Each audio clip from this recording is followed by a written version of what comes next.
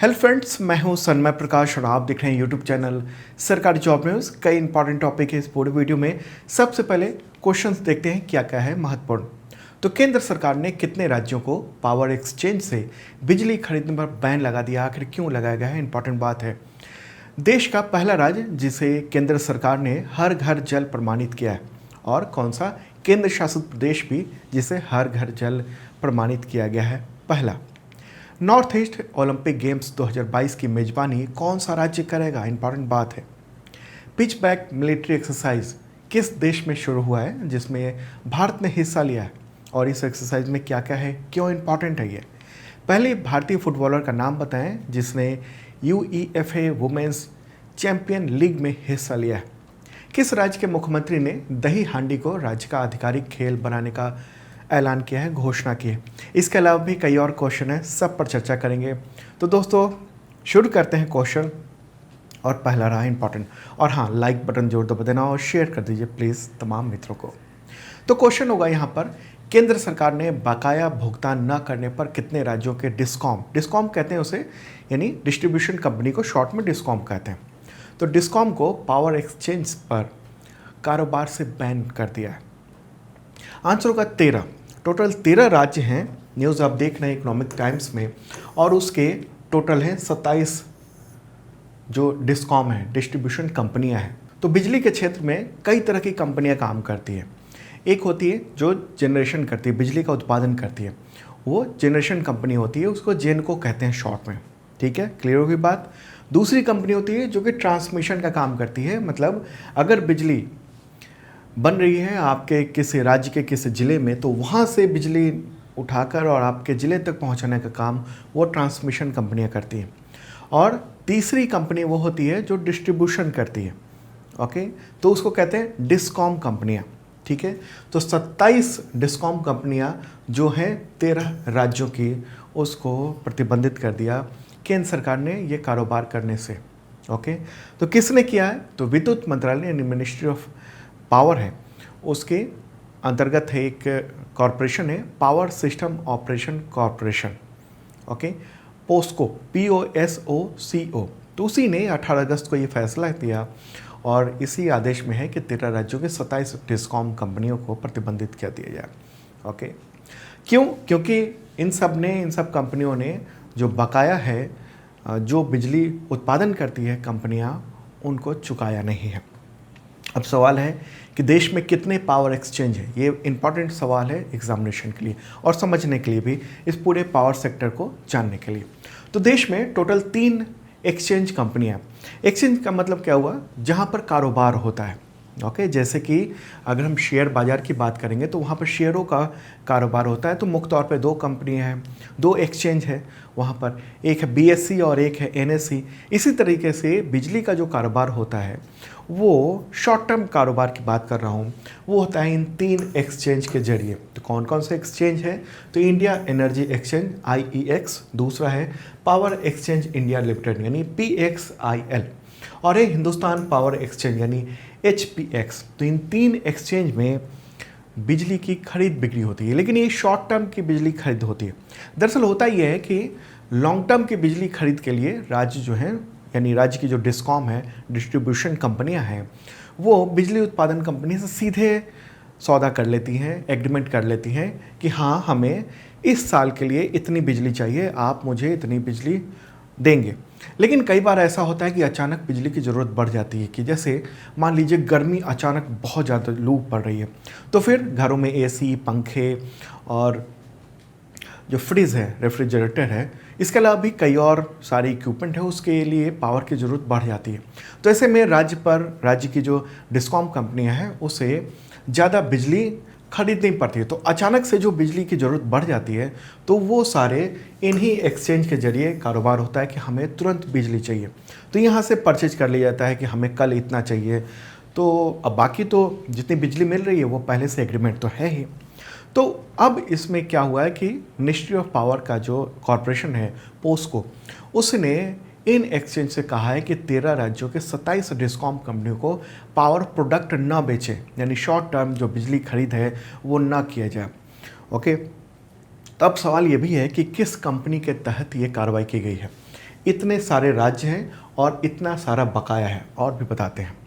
तो देखिए क्या हुआ कि जून 2022 में केंद्र सरकार ने electricity late payment surcharge and related matters rule 2022 में बदलाव किया, और इसमें यही बदलाव किया कि अगर 7 महीने तक बकाया है तो फिर उन जो डिस्कॉम कंपनियां हैं राज्यों की, उसको कारोबार करने से रोक दिया जाएगा इन एक्सचेंज में। ओके, और इसके अलावा भी जुर्माना वगैरह की ये भी उसमें बात कही गई थी। तो जैसे ही 7 महीने पूरे हुए बकाए के, तो उसके बाद पावर मिनिस्ट्री के जो कॉरपोरेशन है पोस्को, उसने रोक लगाने का ऑर्डर कर दिया। ठीक है, इंपॉर्टेंट बात आप समझ रहे हैं, कई सारी बातें आपने समझी।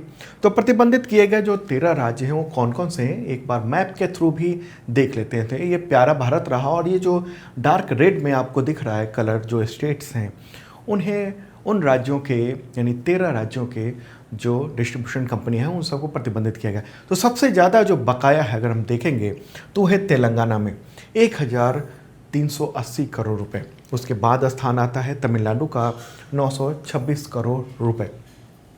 फिर स्थान आता है राजस्थान का, वहाँ 500 करोड़ रुपए का बकाया है, जो शॉर्ट टर्म का बकाया है। लॉन्ग टर्म का बकाया तो अलग ही है। ओके, इसके बाद फिर स्थान आता है आगे जम्मू कश्मीर का 434 करोड़ रुपए। फिर स्थान है आंध्र प्रदेश का 412 करोड़ रुपए। फिर महाराष्ट्र है 381 करोड़ रुपए। इसके बाद स्थान आता है कर्नाटक का 355 करोड़ रुपए। मध्य प्रदेश का है 229 करोड़ रुपए। झारखंड का है 214 करोड़ रुपए। इस तरह से अलग अलग, बिहार का है 173 करोड़ रुपए। छत्तीसगढ़ का 27 करोड़ रुपए है। मणिपुर का 29 करोड़ रुपए है, और मिजोरम का है 17 करोड़ रुपए। तो टोटल ये 13 राज्य हैं जिनका बकाया है, और उन सबको बिजली खरीदने पर रोक लगा दी गई है, शॉर्ट टर्म बिजली जो कि एक्सचेंज से खरीदा जाता है। तो मुझे लगता है कि पूरी बात आप समझ चुके होंगे इस मामले में। और राज्यों का जो डिस्कॉम मतलब राज्य के जो डिस्कॉम हैं, डिस्ट्रीब्यूशन कंपनियां हैं जो आपके घर तक बिजली पहुंचा रही है लोकल एरिया में, उन पर उनका जो टोटल बकाया है पूरे देश भर में वो 5000 करोड़ रुपए से ज़्यादा का बकाया है। ठीक है, तो इंपॉर्टेंट बात है, मुझे लगता है पूरी बात आप समझ चुके होंगे। मैप के थ्रू इसलिए भी बताते हैं ताकि आपको आसानी से समझ में आ सके। और इन सब का पूरा PDF भी हमने दिया हुआ है, डिस्क्रिप्शन चेक कर लेना, वहाँ आपको मिल जाएगा। चलिए आगे बढ़ते हैं, अगला क्वेश्चन लेते हैं। और हाँ, अगर कोई सवाल हो आपके मन में इस जो मैं बता रहा हूँ उसको लेकर, कमेंट बॉक्स में बता सकते हैं। आपके एक एक कमेंट को यहाँ पर पढ़ा जाता है, और ज़रूरत होती है तो रिप्लाई किया जाता है। ओके, इसी बात पर लाइक बटन तो जरूर दबाएं। तो क्वेश्चन होगा अगला, देश का कौन सा राज्य ऐसा है जो पहला हर घर जल प्रमाणित राज्य बन गया है? पहला हर घर जल प्रमाणित राज्य कौन सा है?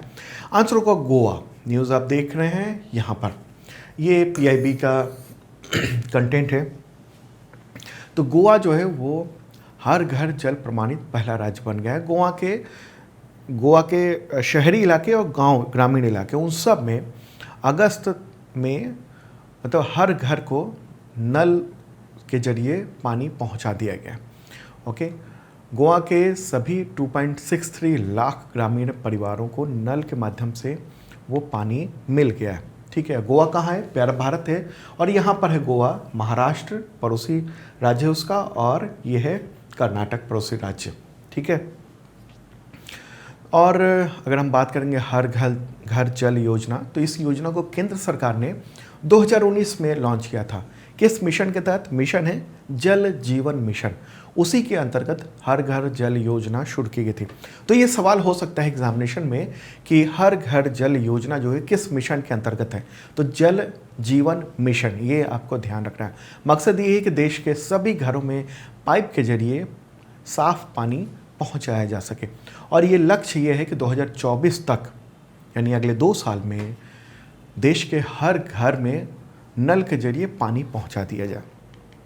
ठीक है, अब आगे बढ़ते हैं, अगला क्वेश्चन लेते हैं, और ये केंद्र शासित प्रदेश से रिलेटेड क्वेश्चन है। उससे पहले आपको बता दूं कि अब तक का टोटल करंट अफेयर्स का PDF अवेलेबल हो चुका है आपके एग्जामिनेशन के लिए, और बुक भी अवेलेबल है। तो बुक अमेजन से परचेज कर सकते हैं, या आप इस वीडियो के डिस्क्रिप्शन में जो लिंक है ऐप का सरकारी जॉब न्यूज़ का, वहाँ से परचेज कर सकते हैं। बुक जनवरी से जुलाई तक का है, आपके एग्जामिनेशन में बहुत काम आएगा। और हाँ, पीडीएफ भी अवेलेबल है। पीडीएफ दो तरह का है, एक है वन लाइनर यानी क्वेश्चन आंसर, ताकि अगर जैसे कल ही एग्जामिनेशन है तो एक बार आप ध्यान से देख लें। और दूसरा है पीडीएफ जिसमें एमसीक्यू विद नोट्स है, डिटेल है, तो वो आप ले सकते हैं। और उसे लेने के लिए आपको 1 ईयर का मेंबरशिप लेना होता है, जिसके थ्रू आपको मिलता है करंट नोट्स का PDF weekly, monthly, quarterly, half yearly, yearly इस तरह का होता है, हर महीने अपडेट होता रहता है। तो आप सरकारी जॉब न्यूज़ ऐप पर जाएंगे, वहाँ पर आप देख सकते हैं और डाउनलोड कर सकते हैं मेंबरशिप लेने के बाद। इसके अलावा वीकली मॉक टेस्ट होता है मेंबर्स के लिए 1 ईयर तक करंट अफेयर्स का, इस संडे को भी आयोजित किया गया है। इसके अलावा exam based monthly test series भी आयोजित किया जाता है एवरी मंथ को। अभी टेस्ट सीरीज जो है वो लॉन्च हो चुका है एसएससी, रेलवे, यूपीएससी, इस सब एग्जामिनेशन के लिए, जिसमें हर तरह के क्वेश्चंस हैं। इसके अलावा डिस्काउंट है बुक्स पे और फ्री शिपिंग भी है, तो आप देख सकते हो, डिस्क्रिप्शन चेक कर लेना, एग्जामिनेशन के लिए महत्वपूर्ण है। तो क्वेश्चन होगा अगला, अब आगे बढ़ते हैं। देश का कौन सा केंद्र शासित प्रदेश यानी यूनियन टेरिटरी है जो हर घर जल प्रमाणित प्रदेश बन गया है? वो ओके, केंद्र शासित प्रदेश की बात हो रही है।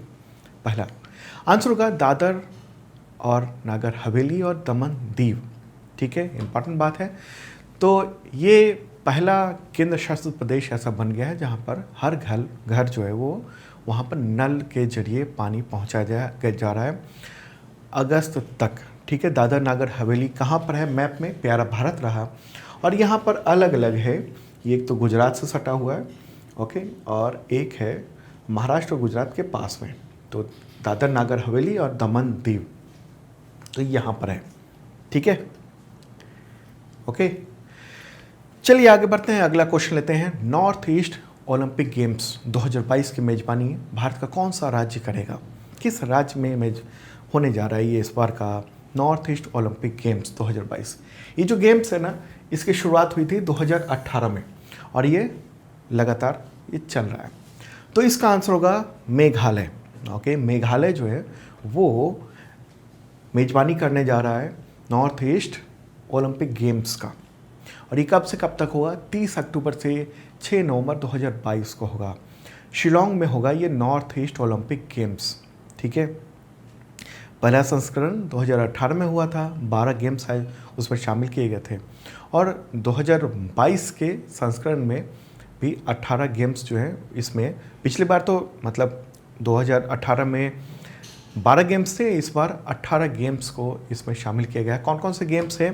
तो तीरंदाजी, एथलेटिक्स, बैडमिंटन, बास्केटबॉल, मुक्केबाजी, फुटबॉल, जूडो, कराटे, निशानेबाजी, तैराकी, table tennis, taekwondo, tennis, wushu, cycling, golf, भारोत्तोलन और कुश्ती, ये सब है। ठीक है, और नॉर्थ ईस्ट जो है वो कौन कौन से राज्य इसमें पार्टिसिपेट करेंगे? तो आपको बता दूं, ये सब हैं। ये रहा अरुणाचल प्रदेश, इधर असम है, इधर सिक्किम है, ये नागालैंड है, ये मणिपुर है, ओके, त्रिपुरा है, और ये है मिजोरम, ये है मेघालय।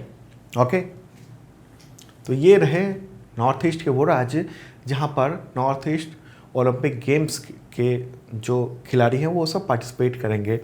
और ये आयोजन कहाँ पर हो रहा है? तो मेघालय में हो रहा है। मेघालय यहाँ पर है, ये वाला हिस्सा जो है वो मेघालय है। तो मेघालय की बात कर ले, मुख्यमंत्री कौन है? कॉनराड संगमा। गवर्नर कौन है? सत्यपाल मलिक। और राजधानी शिलोंग है, वहीं पर आयोजित होना है। चलिए आगे बढ़ते हैं। अगला क्वेश्चन लेते हैं। पिच ब्लैक 2022 सैन्य अभ्यास किस देश में शुरू हुआ जिसमें भारतीय वायुसेना ने हिस्सा लिया है? आंसर होगा ऑस्ट्रेलिया। ऑस्ट्रेलिया में ये आयोजित किया गया है जिसमें इंडियन एयरफोर्स ने हिस्सा लिया है।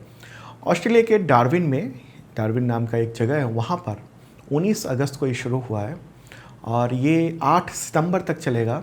रॉयल ऑस्ट्रेलियन एयरफोर्स के द्वारा ये 2 साल का ये बहुराष्ट्रीय अभ्यास है। कई सारे देश इसमें पार्टिसिपेट करते हैं और इसमें इंडियन एयरफोर्स ने भी हिस्सा लिया है। पिछला जो था वो 2018 में किया गया था, बीच में 2020 में कोविड-19 की वजह से आयोजित नहीं किया गया था। और इसमें कई देशों के वायुसेना के 100 से अधिक विमान और 2500 कर्मी इसमें हिस्सा ले रहे हैं। ओके, तो इंडियन एयरफोर्स का सुखोई 30 MKI लड़ाकू विमान और 2 C-17 जो एयरक्राफ्ट है, ट्रांसपोर्ट एयरक्राफ्ट, वो भी इसमें हिस्सा ले रहा है। ओके, तो ऑस्ट्रेलिया में आयोजित किया जा रहा है। उसके प्राइम मिनिस्टर कौन है ऑस्ट्रेलिया के? Anthony Albanese. ओके, क्या नाम है प्राइम मिनिस्टर का? Anthony Albanese. राजधानी कैनबरा है। तो ये सब पार्टिसिपेट कर रहे हैं वहाँ। अगला क्वेश्चन लेते हैं। UEFA वुमेन्स चैंपियनशिप लीग में खेलने वाली पहली भारतीय फुटबॉलर कौन बनी है वुमेन? आंसर होगा मनीषा कल्याण। ओके, मनीषा कल्याण। न्यूज़ भी आप देख रहे हैं, first Indian to play UEFA women's championship league. Okay, women's championship league में खेलने वाली पहली भारतीय खिलाड़ी। UEFA का फुल फॉर्म क्या होता है? Union of European football association. ठीक है, तो मनीषा कल्याण, फोटोग्राफ ये रहा इनका। तो वो एक फुटबॉल टीम है, Apollon ladies FC football team, तो उसके ज़रिए वो वुमेन्स चैंपियन लीग UEFA में उन्होंने डेब्यू किया है, शुरुआत की है। 20 साल की हैं मनीषा, और इससे पहले उनको, मनीषा कल्याण को, AIFF यानी ऑल इंडिया फुटबॉल फेडरेशन की ओर से women's footballer of the year का अवार्ड भी मिल चुका है। 2021-22 के लिए सम्मानित किया जा चुका है। तो इंडिया में भी सम्मानित किया जा चुका है, और अब वो यूरोपियन जो फुटबॉल एसोसिएशन है उसमें उसके वुमेन्स चैंपियंस लीग में यानी UEFA में पार्टिसिपेट करने वाली है। उसमें केवल यूरोपीय देश ही हिस्सा लेते हैं। ओके, अलग अलग जो कॉन्टिनेंट है उसके अनुसार से अलग अलग यूनियन बने हुए हैं और एसोसिएशन बना हुआ है, तो उसका अलग अलग गेम्स होता है। लेकिन ये है कि दूसरे देश के खिलाड़ी भी उस टीम में पार्टिसिपेट कर सकते हैं। तो ये है UEFA। ठीक है, इंपॉर्टेंट बात। चलिए आगे बढ़ते हैं, अगला क्वेश्चन लेते हैं। दिल्ली के मुख्यमंत्री अरविंद केजरीवाल ने अगस्त 2022 में कौन सा नेशनल मिशन लॉन्च किया है? आंसर होगा make India number 1 mission. Okay, Delhi के मुख्यमंत्री अरविंद केजरीवाल ने ये 16 अगस्त को ये राष्ट्रीय मिशन लॉन्च करने की घोषणा की। हालांकि वो केंद्र शासित प्रदेश के मुख्यमंत्री हैं, लेकिन वो राजनीतिक तौर पर उन्होंने make India number 1 mission call किया है। उनका कहना है कि इसका उद्देश्य जो है भारत को दुनिया का नंबर 1 देश बनाना है, और वहाँ पर नागरिकों को मुफ्त शिक्षा, स्वास्थ्य, युवाओं को रोजगार मिले, महिलाओं को समान अधिकार मिले। ये सब इनकी जो प्लान है उसमें है, और ये लॉन्च किया उन्होंने।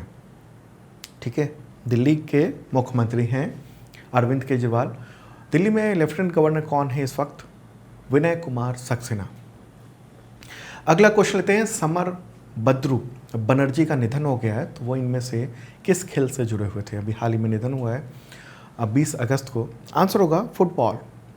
भारतीय फुटबॉल टीम के पूर्व कप्तान थे वो, और लंबी बीमारी की वजह से 20 अगस्त को उनका निधन हो गया। 92 ईयर के थे। ओके, चलिए आगे बढ़ते हैं, अगला क्वेश्चन लेते हैं। किस राज्य के मुख्यमंत्री ने दही हांडी को राज्य का आधिकारिक खेल बनाने की घोषणा की है? आंसर होगा महाराष्ट्र। महाराष्ट्र के मुख्यमंत्री कौन है? एकनाथ शिंदे। तो उन्होंने ही अभी हाल ही में 18 अगस्त को दही हांडी को राज्य का आधिकारिक खेल बनाने का ऐलान किया। उन्होंने कहा कि राज्य में दही हांडी प्रतियोगिता कराई जाएंगी, और वैसे तो जन्माष्टमी के अवसर पर ये दही हांडी प्रतियोगिता होती है। उनका कहना है कि इसको हम स्पोर्ट्स के रूप में शामिल करेंगे, और जो इसमें शामिल होते हैं उनको गोविंदा कहा जाता है दही हांडी में। तो उन गोविंदा को स्पोर्ट्स कैटेगरी में नौकरी भी दी जाएगी, ऐसा कहना है महाराष्ट्र के मुख्यमंत्री का। महाराष्ट्र की बात हो रही है, वहाँ पर डिप्टी CM कौन है? देवेंद्र फडणवीस। गवर्नर कौन है? भगत सिंह कोश्यारी। अगला क्वेश्चन लेते हैं। विश्व मच्छर दिवस यानी वर्ल्ड मॉस्किटो डे कब मनाया जाता है? आंसर होगा 20 अगस्त को। मकसद क्या है?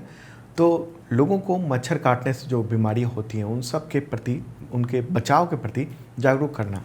हालांकि ये मच्छर दिवस को ऐसा लगता है कि ये मच्छर को समर्पित है, जबकि मच्छर से बचने के लिए ये दिवस है। तो मुझे लगता है कि ये विश्व मच्छर दिवस की बजाय विश्व मच्छर रोकथाम दिवस इस तरह का होना चाहिए था। मेरा तो सुझाव है। तो दोस्तों ये था इंपॉर्टेंट करंट अफेयर्स। कैसा लगा कमेंट बॉक्स में बता सकते हैं, और कोई आपका सुझाव हो तो आप कमेंट बॉक्स में लिखिएगा। हम लोग उसको देखते हैं, पढ़ते हैं, और ज़रूरत पड़ने पर अपने कंटेंट में भी बदलाव करते हैं उसके ज़रिए, और जवाब भी देते हैं। ठीक है, तो अब मिलते हैं कल मॉर्निंग को। कोशिश होगी ये वीडियो आपको मिल जाए सुबह 7 बजे।